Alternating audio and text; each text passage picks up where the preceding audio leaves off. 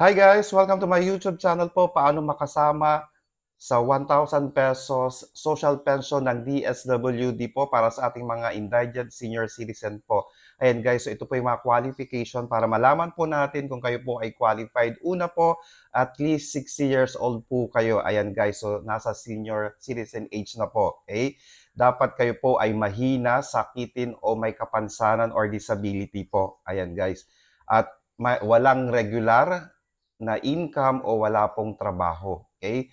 Sa ating mga senior citizens po, dapat alam po ninyo ito para ma-assess po ninyo kung kayo po ay qualified. Una, ulitin po natin, at least 60 years old po kayo, mahina, sakitin o may disability or kapansanan at walang regular na income o walang trabaho po at walang suporta na nanggagaling sa inyong relative po or kapamilya po or walang tulong mula sa inyong pamilya. At ang panglima po dito, walang natatanggap na pension mula sa gobyerno or sa pribadong ahensya. Okay? Sa ating mga senior citizen po, kung kayo po ay qualified at kayo po ay